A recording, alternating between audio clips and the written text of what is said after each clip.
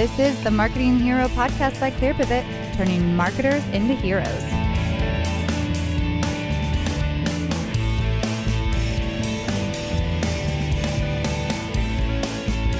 Welcome to the Marketing Hero podcast. I'm your host, Maya Wells. In this episode, we're talking search engine optimization, but not in the way that you've heard on this show ever before. Today, we have Micah Fisher-Kirshner, who is definitely an expert on SEO, having led strategy for big names like Zazzle and Zendesk. But very interestingly for us, he now manages a set of B2B SaaS portfolio companies around SEO and content at a growth equity firm called Turn River Capital. Micah has led exits recently for SaaS companies including Mailgun, Airbrake, Test.io, Magnus Health, and Huddle, which we'll get into a couple examples from those, I'm sure, during the interview. And we are going to talk in depth about what it's like to move from managing SEO strategy and execution into managing companies in the space of content and SEO. Let's get into it. Micah Fisher-Kirshner, welcome to the show. Thank you for having me here. Let's start off with a question we like to ask every single guest. What is your favorite part of your career, and how did you figure that out? The favorite part of my career has definitely been putting together essentially an in-house testing platform specifically geared around SEO. I got to actually do that really twice. First, when I was in comparison shopping at become.com, and then as well when I was at Zazzle. And for me, what I really enjoyed about that was being able to go in, take kind of that black box that sometimes you could say is Google, and then tweak specific things and find out, well, does this part actually matter or not? And then if it does, by what percentage, and being able to actually fiddle and tweak with it. That's something that I've always felt a lot of pride and enjoyment over. And why do you feel that is? Is that something like solving an unsolvable problem in certain ways? Yeah, it's a little bit of that. Part of it is a little bit of the challenge and then figuring out said challenge, or even if it's just parts of said challenge. It's also, I feel like in some ways it's a little bit like using a little bit of I have a little bit of an econometrics background. And I feel like some of the stats and areas that are involved with it and doing the testing and trying to take something that's often seen very fluffy or qualitative and turning it a bit more towards the quantitative and analytical side of it. And that's something I get a joy out of. And can you share with us, Micah, if you remember one of the things that your testing revealed that maybe we would benefit from knowing? It's more of just like the testing then versus now changes. So like a lot of these tests were, almost 10 years ago for some of them. So, the impact of that probably has changed, and some of them I haven't tested since. But I think one of the most fascinating ones was determining kind of placement of the content within the HTML. And so we were actually got to the point, because it was a large site, we could test by search engine, not by search engine, but see the difference between search engines and see the impact difference between what at the time when Bing was, I think it was Bing, maybe it was MSN then, but like seeing actual differences between the impact by search engine and seeing where on one, we moved the content higher up in the code, but behind the tab. And we would see like a drop of, I think it was like 2% on Google and like 10% increase on Bing. And so what I found fascinating at the time of that was sitting there going, okay, what's the net actually then? Is that net, numerically better or not?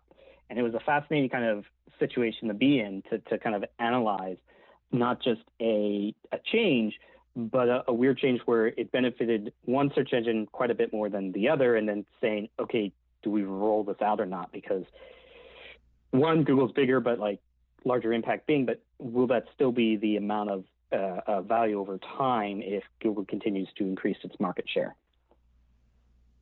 Well, it sounds like you're a really data-driven guy. Is that something that has always been present for you in your career? Generally, yes. I try to be as much as possible. In fact, when I first started in the agency world, one of the big things that I quickly dove into was, in the early days, the early launch of Google Analytics. free, and kind of how much easier it was than many of the other, like the old Omniture Site Catalyst or Hitwise as well, and just trying to have a tool that oftentimes there was no search console really. So finally having a tool that as an SEO I could use fairly easily, learn pretty quickly, UI, understandable right off the bat, and be able to collect that data and then leverage it for a lot of my SEO practices.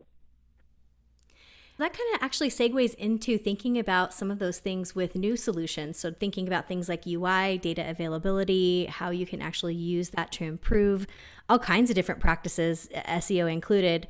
Is that more what you're working on these days in terms of finding new solutions and ideas that are making waves in this area? I always try to keep an eye out to see what new things are out there. I found it to be most of the solutions are behind the times for SEO. I feel that the change of pace that SEO has and kind of the tool sets and the new technology that are out there, it hasn't really caught up. More and more I'm seeing more like niche-oriented tools that solve a specific pain point, and less of these larger ones that are kind of, I call them fixed reporting platforms or solutions for SEO. They're not very adaptable. They're not very flexible. So when like a change is made on Google, it's months down the line before you get that, if at all, the data for what you need into said tool. And it makes it very difficult to keep track of all the changes and understand what the impact is in your SEO, because they're kind of these almost tools that were built for a platform essentially was built for a different time than it is today, and just hasn't caught up. And so a lot of times I feel like more and more I'm trying to use like niche point solutions, which is also hard for what I'm trying to accomplish. So just to clarify, and I don't know if you want to name names or not, but are we talking around the idea of like an SEMrush, a Moz as those more static solutions, and then, some of the newer SaaS ideas coming out as more of those niche solutions? Yeah, I mean, obviously there's a spectrum of how static to flexible they are. I think for me personally, I use SEMrush. They make changes every so often, but there are a lot of like niche solutions. I'll see, for example, like pixel depth of where your actual result is on the SERPs. That's a niche solution that still hasn't been implemented in very many type of tool sets from kind of like the larger platforms and the antiquated ones. But like niche ones have come up and great. Or it took a bit for kind of say like ClearScope being one of like a good niche tool for content and SEO, and being able to kind of take my SEO bias and arrogance from what I think is an SEO, put it to a side and say, hey, this is kind of what Google is saying as a whole is doing well for this topics for any of the content that you want to rank. Try to kind of at least at a minimum match that, and then go above and beyond for what your skill set is. It takes me kind of less from the picture and puts it more towards a good tool-based thing. And the SEMrush and a few other tools have kind of tried to implement some of these things in place. And so it just seems to take longer for kind of the skill set that we need when we've gone from a lot of a kind of static environment to much more of like machine learning structures. Can you give us a concrete example of a problem that you'll run into by not having that flexibility, or a use case where you'd like to know some information in real time based on an algorithm change, and you can't get that in the kind of more, legacy solutions, for lack of a better word? Can you maybe give us like an application of this idea? Yeah, so there's been changes between like, new featured snippets that come out, whether it was like FAQs, how-tos, anything, or like the more recent, like Google's changes to the title tags not being what is evident to the page. The FAQs and the how-tos, those for like SEMrush, those took a bit of time to get added in, but it's also then not consistent. I get it for a project report, but not necessarily the same details at the overall report. And then kind of the details of what I get is mixed and matched. And so there's some there. And then like the title tag, like type changes, you get to see some of that in Ahrefs, and there's good utilities of it, but there's no like kind of call outs of like, hey, you don't have the title for this date is not, or this time period for release when we've collected the data, it's not being used. There's no new column added in. There's no ability to see it when you get down to that level, to just kind of see like, as a percentage, these out of the traffic and the things that you're tracking, X amount of percentage is being the correct title versus the non-correct. And so it makes it difficult because if you're looking to try to see, hey, why did my CTR shift way in the past, or why did my traffic shift? You're missing out on said data points because you don't know very easily and visually in ways to say, hey, on this date you have it, this date you didn't. And so you're trying to deduce what's going on and then trying to remind yourself what happened into the past. And oftentimes those things are not added in until much later. And there's not a lot of quick abilities to make those shifts. And that's some of the pain points I hit as I see more and more of these functional changes that often will occur more and more on Google side. And so, Micah, do you think that the answer is some of these new startup, SaaS solutions that are coming into the market to solve these pain points one at a time? I'm leading there only because I kind of have to, and I'm not a dev and coder in any way. So like, for me, it almost feels like a new system built from the ground up has to kind of be built to deal with it, that has the flexibility built from the ground up. And because like the niche tools, which are great, it's also time consuming because I got to go out and review them, get buy-in, get the purchasing price for that, and then integrate it into my current systems. And that's extra time and effort to try to figure that out. And then it's like, is it worth it? And is it not to just, okay, I'm going to have to suffer through more error ranges for the things that I work on.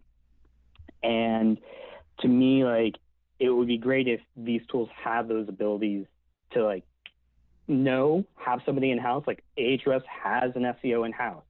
These types of tools that start to suggest, oh, maybe they can actually make that shift because they've got intrinsically a product that is either originally built by an SEO versus built for SEOs, or they've switched to start pulling in-house SEOs to help work on the actual product and know from an SEO mindset what's needed. And I think that is a good not stopgap measure, but the right path to hopefully get to the situations that I, as an SEO, and I would say generally a lot of SEOs really need to kind of understand what's going on as more and more complexity is added into the system.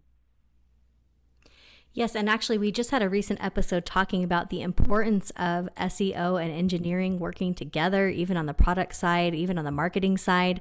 So if you guys haven't heard the episode with Abhishek Rajendra, go look that up because we talk in depth about that relationship and how important it really is to have that collaboration happening.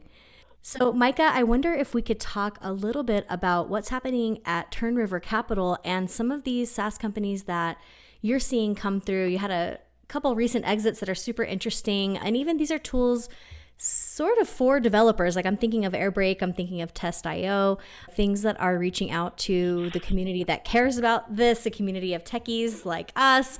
So tell me a little bit about sort of what that transition was like going from being an expert in executing SEO or as an SEO turning into kind of more of a growth equity guy. What has that journey been like? And then also I'd love to know any exciting new solutions that are on the horizon that you're looking at right now. Yeah. So a little background for me. I started in the agency world. I was there for about 3 years, and then I went in-house for most of my career thereafter. And the switch over into a growth equity, private equity world essentially is like being in between the two different worlds, really. And for me, I see it as the best of both. Like I get to work across different companies and learning kind of what's going on.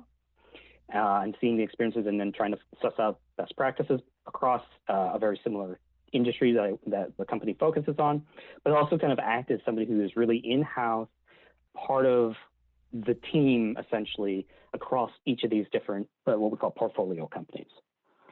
So the difference in kind of that aspect for me and where it changes a bit is I look at things essentially at scale, but at the scale of across the companies. What can I do that I can then replicate, because we're basically Turn River focuses in the B2B SaaS space. As you mentioned, dev is one of the areas. We also do security, IT as well. And we found that generally we can kind of rinse and repeat and do a lot of similar tactics and best practices and IP that we can use across. And so the areas that I focus on is trying to think through those, find something that works, test it on another, and if it does, start to kind of rinse and repeat and put that into a process going forward.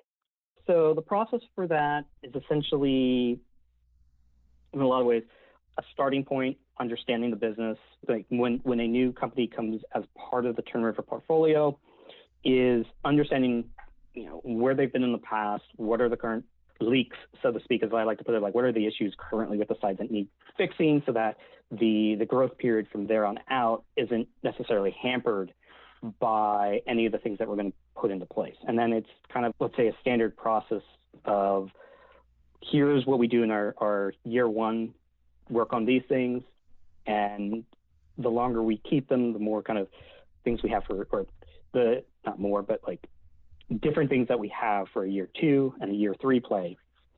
But at the same time thinking, how can I take these year two, year threes and speed it up, moving into year ones, if we can do so in a way that doesn't overburden the marketing directors at these portfolio companies. Because of course, it's not just me as a, kind of in a unique environment as an SEO in a private equity, but it's other marketing folks, other sales folks, and other CS folks, as we're focus is about growing those businesses, which is just unique and a nice, better path, in my opinion, is like, how can we grow and really improve them?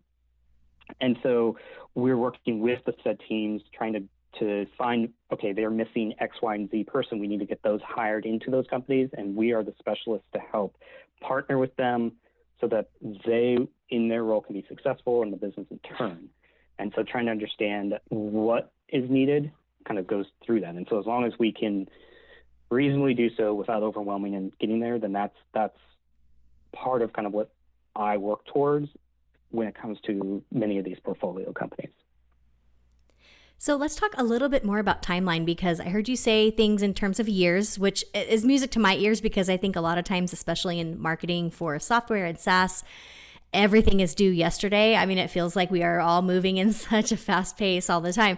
We all know SEO by and large is a long-term game. If you are looking at, either the technical health of your website, content programs, there's so much that goes into it, right? And so it's not something like advertising where we see how many people come to the website tomorrow. So I wonder if you can talk to us a little bit about the possible pressure to grow. We do want to make money here, right? That's what a growth equity firm is about. Like, let's get these companies ready to go. Let's everybody make some money, right? And having that pressure there, or maybe even timeline pressure on that, versus the idea that SEO is not a quick tactic. So how do you deal with that? Do you deal with that? Tell us a little bit more about the timelines. Yeah, no, I don't mean to lengthen and say, it's only all about work around year 1, 2, 3. We look at the data on a week-to-week basis. We are looking at what can we get done when company comes on board. What can we get done in the first 90 days? And the same thing of like, what can we do to speed up work from year 2 or 3 and move it into year 1? And so it's a balance with the portfolio companies and saying, okay, SEO is generally longer term, so we need to put in some foundational work to get this out of the way. But you have your paid work, your CRO work, getting the data properly set up. You have all these other things too, and understanding that because we are all aligned towards a single goal, what's nice about it is that we can do a better job of prioritizing our different work. And in turn, they can help understand what their prioritization of their work should be too. Because the end goal is like, we're trying to hit a specific number. We hit the number, it doesn't necessarily matter how we get there, because we're going to hit, obviously if we can hit it in the way that we think we should, that's best. But if we still hit it and we figure out why or how, we can then learn from that and use it elsewhere. And so it's always a net benefit. And so like the inter-party politics type stuff is kind of lessened because we're all aligned to the goals, and it makes it then easier, even if the pressure is on of like, we need to look at this kind of week to week, we need to be on it. Because oftentimes kind of at least the first 90 days in the direction where things are going matters for the next 2-3 years. And it's helpful getting that aligned early on everybody kind of understands it. And so there's that side of it. And then there's on the Turn River side, where it's helpful is that we have operations, kind of the marketing, sales, CS side, and led by folks that actually understand each of these different marketing channels. And so having that person there who understands, yes, SEO does take a while, that you got to build this in, lessens sometimes the misunderstandings that can occur about like, we need this now. But we're also always pushing of like, can we do this faster? Is there a way we can speed this up? What are some creative ways to get around roadblocks? And it's a very conducive environment in that regard of asking questions to kind of help hit, sometimes our bias even where we shut things down. And it's a great way to kind of try to, like, can you get around it? Is there a way, to make it work? Definitely a lot of problem solving going on. So what would be an example, let's say, of a first 90-day goal? Like, let's say we can't get to the finish line in 90 days, but what would be like a starting line kind of a thing that you would do with a typical company you're working with here? Yeah, and a typical 90-day type goal, prioritization of what needs to be fixed. So there sometimes can be some pretty big stuff that these can vary. So it can go from like, you have 10,000 domains that are linking to you and they're broken. You've missed a chunk, and it's like, well, that's a good chunk. Let's prioritize that. There's a chunk of the site that is accidentally been blocked, or a chunk of the site that shouldn't be, that might be creating issues. And so there's a prioritization kind of, we'll call it kind of the audit side, but really it's just trying to find problems that have been as part of the nature of the business over X amount of years. And then the other part is any quick wins that I can look at and say, yeah, like we fixed this. I'm pretty sure we can get a quick win out of that. And that's usually meaning kind of like the content side of the house. Fixes of specific parts of the site that I can scale across different businesses. I just know intrinsically, like, we fixed the title tag in a format that's better like this, as one example. To starting to get a business shape together, depending on how complicated or big the company is, then it's, are we missing topics that we should be writing about? And this can be for in the B2B world, kind of, are we talking about the right B2B subject? To the content end of like, have we covered the topics that we should be covering? Are we considering all the competitors that we should be considering for our target demographics that we care about to create with our ideal customer profile? And those are some of the things where it's like, okay, let me collect that data of competitors, see what they have, see where they rank, what they're targeting, and then create a list together that I can go back to a content team or a marketing team to do so. I think the last part usually is something like in a 90 days, any kinds of process or writing with SEO mentality, kind of best practices that I put together and say, okay, here are some things to help answer your questions about SEO, concerns, or ways of which we should be doing said research when it comes to your content that you're trying to rank on Google. Here's a way to do it. And so it's getting kind of the training and teaching sessions going. Yeah, it definitely sounds like some planning, some low-hanging fruit, and some filling of holes kind of right at the beginning. What about, a year into it, would you say would be some goals, or even like what would be the end game where we're kind of, what does the picture of a company look like when you're starting with them versus, upon exit, I guess is really the goal here, right? What does that look like?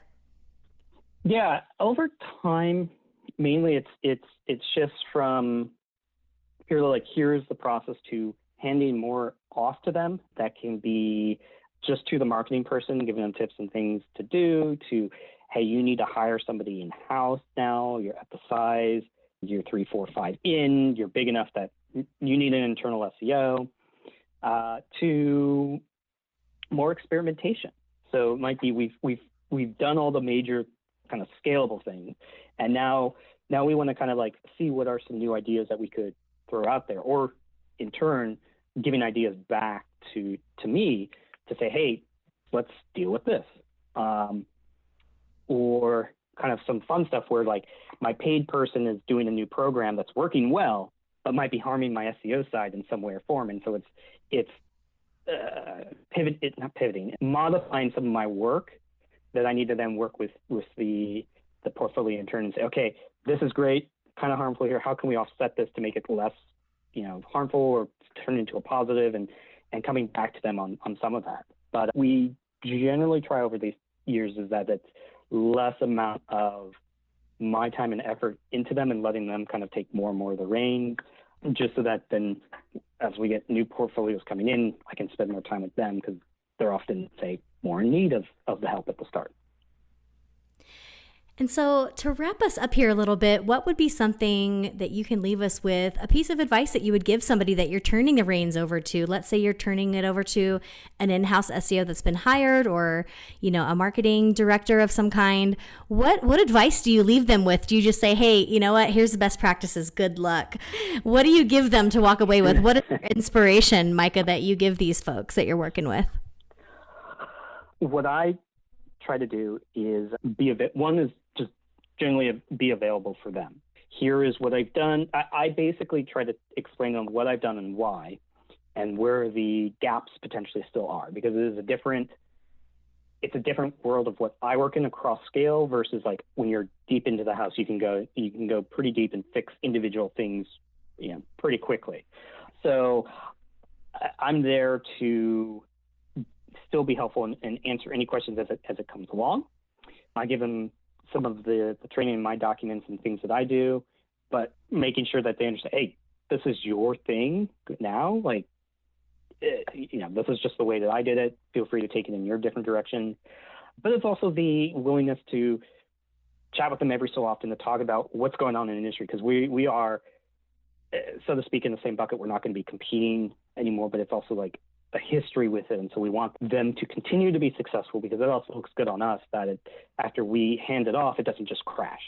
So we want to make sure that the handoff is good. And so there are documentations, training, explanations, and sometimes as needed, like check-ins with them and help answer any questions, or getting a sounding board of like, this SEO issue is really knowing the heck out of me. What is going on?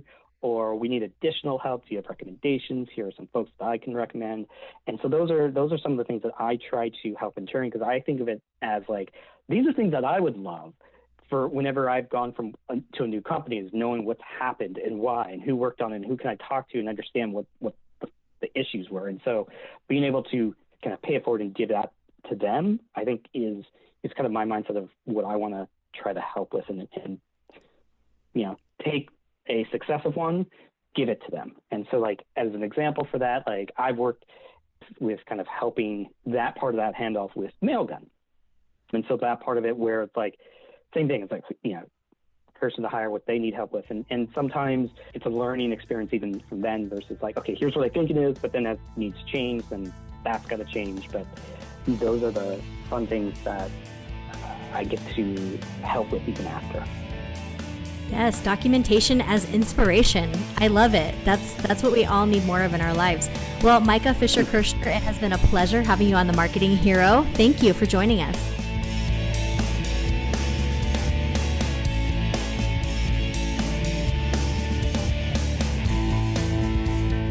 You've been listening to the Marketing Hero podcast by ClearPivot. Be sure to join us next time. For more information, visit www.clearpivot.com.